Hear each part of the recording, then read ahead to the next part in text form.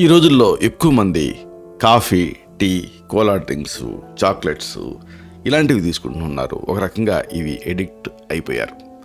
అయితే వీటితోటి అనేక ఇబ్బందులు, ముఖ్యంగా ఈ కెఫీన్ ఉండేటటువంటి ఉత్పత్తుల వల్ల ఎలాంటి సమస్యలు వస్తాయి, అలాగే వీటి ప్రభావాలు ఏమిటి, దుష్ప్రభావాలు ఏమిటి, ఒకవేళ ఈ కాఫీ లాంటి వాటిని మీరు మానేయాలనుకుంటే ఎలా మానేయచ్చు, ఈ మొత్తం సమాచారాన్ని మనం తెలుసుకుందాం.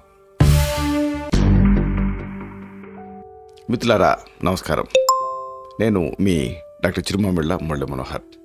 ఈ వీడియోలో మనం తెలుసుకోబోయేది కెఫీన్, దీని ప్రభావాలు, అలాగే దుష్ప్రభావాలు, ఇంకా కెఫీన్ ఎలా మినిమైజ్ చేయొచ్చు, ఈ మొత్తం సమాచారాన్ని తెలుసుకుందాం.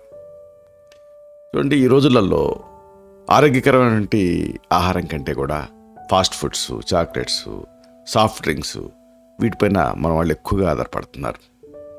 టీ అనండి, కాఫీ అనండి, లేదా సాఫ్ట్ డ్రింక్స్ అనండి, ఇవి లేని రోజు ఒక్కరోజు కూడా దాదాపు ఉండదు. ఇది చాలా కష్టం. అంటే టీకి తాగకుండా, కాఫీ తాగకుండా ఒక్కరోజు ఉండమన్నా కానీ చాలామంది టెన్షన్ పడిపోతూ ఉంటారు. సాఫ్ట్ డ్రింక్స్, ఎనర్జీ డ్రింక్స్ ఇది ఈ మధ్య బాగా ట్రెండ్ అయిపోయింది. వీటన్నిటిలోనూ మీరు గమనిస్తే కెఫీన్ ఉంటుంది. ఎనర్జీ ఎక్కడి నుంచి వస్తుంది? అది మీ ఇంటర్నల్ పవర్ని తీసుకుంటుంది. అయితే కొన్ని రకాల మొక్కల తాలూకు ఆకులు, గింజల్లో సహజంగానే ఈ కెఫీన్ అనేది ఉత్పత్తి అవుతూ ఉంటుంది. ఇది ఒక క్రిస్టల్ లాంటి పదార్థం. అసలు ఇక్కడ ఆసక్తికరమైన విషయం ఏంటంటే, పురాతన కాలం నుంచి, అంటే స్టోన్ ఏజ్ నుంచి కూడా కెఫీన్ వినియోగం అనేది ఉపయోగంలో ఉంది. ఇక ప్రజెంట్ డేకి వస్తే సాఫ్ట్ డ్రింక్స్లో సాధారణంగా ఒక సర్వింగ్కి 10 నుంచి 50 మిల్లీగ్రాముల వరకు కెఫీన్ అనేది ఉంటుంది. ఒక సర్వింగ్ అంటే సర్వింగ్ సైజు. ఇప్పుడు సాఫ్ట్ డ్రింక్ ఉందనుకోండి, మనం ఎంత తాగుతాం? ఒక 200 ml తాగుతాం. అది ఒక సర్వింగ్ సైజు. అంతేగాని 2 బాటిల్స్ తాగం కదా, దీని ఒక సర్వింగ్ అంటారు. కాబట్టి ఇలాంటి సర్వింగ్లో 10 నుంచి 50 మిల్లీగ్రాముల వరకు కెఫీన్ అనేది ఉంటుంది. ఇక ఎనర్జీ డ్రింక్స్ ఈ మధ్య పెద్ద ట్రెండ్ అయిపోయింది. ఎనర్జీ డ్రింక్స్లో సాధారణంగా ఒక సర్వింగ్కి 80 నుంచి ఇంకా ఒక్కొక్కసారి 100, 200 కూడా ఈ కెఫీన్ అనేది ఉంటుంది. అంటే 80 మిల్లీగ్రామ్స్ నుంచి 200 మిల్లీగ్రామ్స్ వరకు కూడా కెఫీన్ ఉంటుంది. చూడండి, ఒక సాఫ్ట్ డ్రింక్లోనేమో మనకి చాలా తక్కువ ఉంటుంది కెఫీన్ అనేది. అదే ఎనర్జీ డ్రింక్స్లో బాగా ఎక్కువ ఉంటుంది. అందుకనే మనకి ఎనర్జెటిక్గా అనిపిస్తుంది.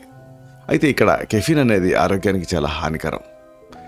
మన శరీరంలో నర్వస్ సిస్టమ్ అంటే నరాల వ్యవస్థ, శ్వాసకోశ వ్యవస్థ అంటే రెస్పిరేటరీ సిస్టమ్, గుండె వ్యవస్థ అంటే కార్డియోవాస్కులర్ సిస్టమ్, వీటన్నిటినీ కూడా ఈ కెఫీన్ ఉత్తేజపరుస్తుంది. నర్వస్ సిస్టమ్, అలాగే రెస్పిరేటరీ సిస్టమ్, అండ్ ఇంకా ఈ రక్త ప్రసరణకు సంబంధించినటువంటి ఈ గుండెకి సంబంధించినటువంటి వ్యవస్థ, వీటితోటి ఏంటంటే ఈ కెఫీన్ ఏం చేస్తుంది, ఒక్కసారిగా శక్తిని పెంచినట్టు చేస్తుంది. శక్తి పెరుగుతుంది లిటరల్గా. అయితే మనసు కూడా కొద్దిగా ఉత్సాహంగా మారుతుంది దీంతో. అయితే ఇది కెఫీన్ తీసుకున్న తర్వాత దీని ప్రభావం ఒక 6 గంటల వరకు మాత్రమే ఉంటుంది. ముందు ప్రయోజనాల విషయం కనుక మనం గమనిస్తే, ఒకటి మెడికల్ యూజెస్. అంటే కొన్ని రకాల యాస్పిరిన్ లాంటి వాటిలో కెఫీన్ అనేది ఉంటుంది. అంటే యాస్పిరిన్ ప్రభావాన్ని కెఫీన్ పెంచుతుంది. దాంతో శక్తి పెరిగినట్టుగా అనిపిస్తుంది. కెఫీన్ శరీరంలో ఉండేటువంటి శక్తిని పెంచుతుంది. ఇక మనసు ఏమో కాస్త ఉత్సాహంగా మారుతుంది. మెయిన్గా మనసుకి ఒక స్ఫూర్తిలాగా అనిపిస్తుంది.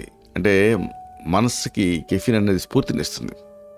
అలాగే మెదడుకి కావాల్సినటువంటి ఉత్తేజాన్ని కూడా ఇస్తుంది. అన్నిటికీ మించి ఉదయం లేవడానికి ఇది సహాయపడుతుంది. అయితే చెప్పాల్సి వస్తే కెఫీన్ ప్రయోజనాలు తక్కువ, దుష్ప్రభావాలు మాత్రం ఎక్కువ. కాబట్టి కెఫీన్ ప్రయోజనాల్ని, దుష్ప్రభావాల్ని పరిశీలిస్తే ఈ కెఫీన్ ఉండేటువంటి పదార్థాన్ని తగ్గించడమే మంచిది. ఇప్పుడు ఈ కెఫీన్ దుష్ప్రభావాలు ఏమిటి అనేది చూద్దాం. ఒకటి, బరువు తగ్గిపోతారు. అంటే కెఫీన్ తీసుకోవడం వల్ల బరువు తగ్గేటువంటి అవకాశం ఉంటుంది. అయితే బరువు తగ్గించే ఉత్పత్తుల్లో కొంత మోతాదులో కెఫీన్ కలుపుతూ ఉంటారు, కానీ దాన్ని సైడ్ ఎఫెక్ట్స్ ఉంటాయి కదా, అది ఇబ్బంది. ఇంకా కొంతమందికి కంటి దృష్టి మసకబారుతూ ఉంటుంది. కెఫీన్ వల్ల కళ్ళు మసకబారటం అనేది జరుగుతుంది. కొన్ని సందర్భాలలో ఈ మసకబారటం అనేది తాత్కాలికంగా ఉంటే, మరి కొన్ని సందర్భాల్లో శాశ్వతంగా కూడా కళ్ళు మసకబారచ్చు. ఇక మరొక సైడ్ ఎఫెక్ట్స్ ఛాతీ నొప్పి. అంటే గుండె సమస్యలు ఉన్నప్పుడు కెఫీన్ తీసుకున్న తర్వాత ఛాతీ నొప్పి రావచ్చు. ఎందుకంటే గుండె దడ దీంతో పెరుగుతుంది కాబట్టి. అలాగే రక్తపోటు విషయంలో కూడా అలవాటుగా కెఫీన్ తీసుకుంటే రక్తపోటు పెరిగిపోవటం, లేకపోతే ఉన్న సమస్య ఎక్కువ అవటం లాంటివి జరుగుతాయి. ఇప్పటికే రక్తపోటు ఉన్నప్పుడు మాత్రం తప్పకుండా కెఫీన్ని రెస్ట్రిక్ట్ చేయాలి. ఇంకా పోషకాహార లోపం కూడా, అంటే పోషక విలువలు ఎక్కువగా ఉండేటువంటి ఆహారాన్ని తీసుకునే ముందు లేదా తర్వాత కెఫీన్ తీసుకున్నారనుకోండి, ఆహారంలో ఉండేటువంటి ఆ పోషక విలువలు పూర్తిగా శరీరానికి అందవు. అంటే 60% మాత్రమే శరీరానికి అందుతాయి. కాబట్టి కెఫీన్ అంత మాత్రం మంచిది కాదు. అలాగే కెఫీన్ వల్ల ఎముకలు కూడా బలహీనపడే ప్రమాదం ఉంటుంది. ఇంకొక ముఖ్యమైన విషయం ఏంటంటే, కాఫీ లేదా కెఫీన్ ఉండేటువంటి పదార్థాలు తీసుకోవడం వల్ల యాజిటేటెడ్గా కనిపిస్తారు. అంటే ఒక చోట నిలకడగా ఉండరు. మనసు పరిపరి విధాలుగా పోతూ ఉంటుంది, ఆందోళన పడుతూ ఉంటుంది. అతి ముఖ్యమైనటువంటి సైడ్ ఎఫెక్ట్స్ కెఫీన్ వల్ల నిద్రలేమి ఉంటుంది, అంటే నిద్ర రాదు. ఎక్కువ మోతాదులో ఈ కెఫీన్ తీసుకుంటే ఆందోళన, తలదిరగటం, తలనొప్పి ఇలాంటి సమస్యలు కూడా వస్తాయి. కొంతమంది మైగ్రేన్ తలనొప్పికి కెఫీన్ ఉపయోగిస్తుంటారు. అయితే కొంతమందికి తలనొప్పి మరింత పెరిగే రిస్క్ ఉంటుంది. అయితే ఈ కెఫీన్ మళ్ళీ దీన్ని ఎక్కువగా తీసుకున్నారనుకోండి, అప్పుడు మళ్ళీ అది రిబౌండ్ ఎఫెక్ట్ తోటి దాని ప్రభావం చూపించే అవకాశం ఉంటుంది. ఇంకొక విషయం ఏంటంటే, వేడిగా ఉన్నప్పుడు లేదా ఎక్కువగా చెమట పడుతున్నప్పుడు కెఫీన్ తీసుకోవడం మంచిది కాదు. కెఫీన్ అలవాటు పడినప్పుడు దాన్ని ఒక్కసారిగా మానేయటం కష్టం. మానేశారనుకోండి అలసట, కోపం, తలనొప్పి ఇలాంటి సమస్యలు వస్తాయి. కాబట్టి కెఫీన్ తీసుకోవటంని మీరు క్రమంగా తగ్గించాలి. రోజుకి 200 నుంచి 300 మిల్లీగ్రాముల కెఫీన్ తీసుకోవటం నిజానికి పెద్దవాళ్ళ విషయంలో సరైన మోతాదు. అయితే ఈ కెఫీన్ తీసుకోవటం అనేది తగ్గించడానికి ఏం చేయొచ్చు అంటే, ఒకటి క్రమంగా తగ్గించాలి. ఒక్కసారిగా కెఫీన్ తీసుకోవటం అనేది మానేయకూడదు. తలనొప్పి, అలసట, కోపం లాంటి సమస్యలు వచ్చే అవకాశం ఉంటుంది ఒక్కసారిగా మీరు మానేస్తే. కాబట్టి క్రమంగా తగ్గించుకోవాలి. ఉదాహరణకు రోజుకి 2 కప్పులు కాఫీ తాగుతున్నట్టయితే మొదట 1.5 కప్పులు తగ్గించుకోండి, తర్వాత 1 కప్పుకి తగ్గించుకోండి. అలాగే ట్రిగర్స్ని ఐడెంటిఫై చేయండి. ఎప్పుడు కూడా ఎందుకు కెఫీన్ కోరిక వస్తుందనేది గమనించండి. ఉదయం లేవటానికి, మధ్యాహ్నం అలసట తగ్గించుకోవటానికి, మానసిక ఒత్తిడి తగ్గించుకోవటానికి కెఫీన్ తీసుకుంటున్నారా? ఇలాగ ఈ ట్రిగర్స్ని గుర్తించిన తర్వాత వాటిని ఎదుర్కోవటానికి వేరే ఆల్టర్నేటివ్స్ని, ఆరోగ్యకరమైన మార్గాలను మీరు అన్వేషించాలి. ఆరోగ్యకరమైన ప్రత్యామ్నాయాల్ని మీరు ఐడెంటిఫై చేయాలి. అంటే ఉదాహరణకు మీరు కొన్ని ప్రత్యామ్నాయాలు పాటించాలనుకోండి, కెఫీన్ తీసుకోవాల్సిన అవసరం ఉండదు. ఉదాహరణకు చక్కగా నిద్రపోవచ్చు, 8 గంటల నిద్ర. అలాగే చక్కటి హెల్దీ ఫుడ్ తీసుకోవచ్చు, రోజు ఎక్సర్సైజ్ చేయొచ్చు, అలాగే పుష్కలంగా నీళ్లు తాగొచ్చు. అప్పుడు కెఫీన్ మీద మీరు ఆధారపడటం తగ్గుతుంది. కొద్దిసేపు అటు ఇటు తిరగటం, బాడీని స్ట్రెచ్ చేయటం చేయొచ్చు. యోగా, ధ్యానం ఇలాంటివి కూడా మీకు ఉపయోగపడతాయి.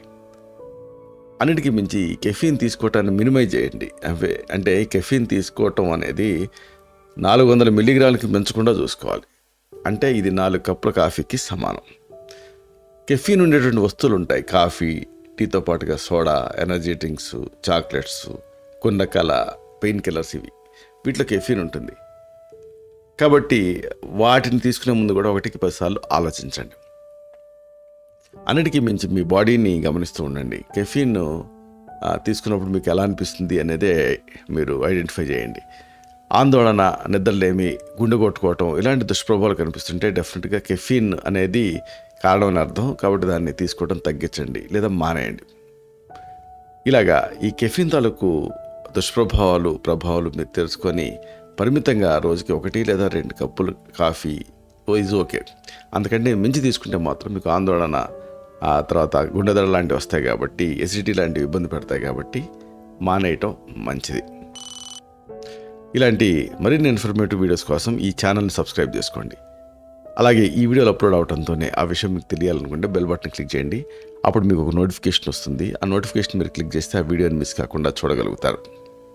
అన్నిటికీ మించి ఈ వీడియో మీకు నచ్చితే లైక్ బటన్ని క్లిక్ చేయండి. అప్పుడు ఇది మరింత ఎక్కువ మందికి రికమెండ్ అవుతుంది. ఈ వీడియో తలకు పర్పస్ సర్వ్ అవుతుంది. అంటే అందరికీ ఆరోగ్యం అన్న మన అభిలాష, మన ఆకాంక్ష నెరవేరుతాయి. శతం జీవ శరదో వర్ధమానః, శతం హేమంతాన్ శతం వసంతాన్. 100 శరత్తులు, 100 హేమంతాలు, 100 వసంతాలు వర్ధిల్లుతూ జీవించండి. Stay healthy, stay happy, be positive, keep smiling. Love you all. శుభం.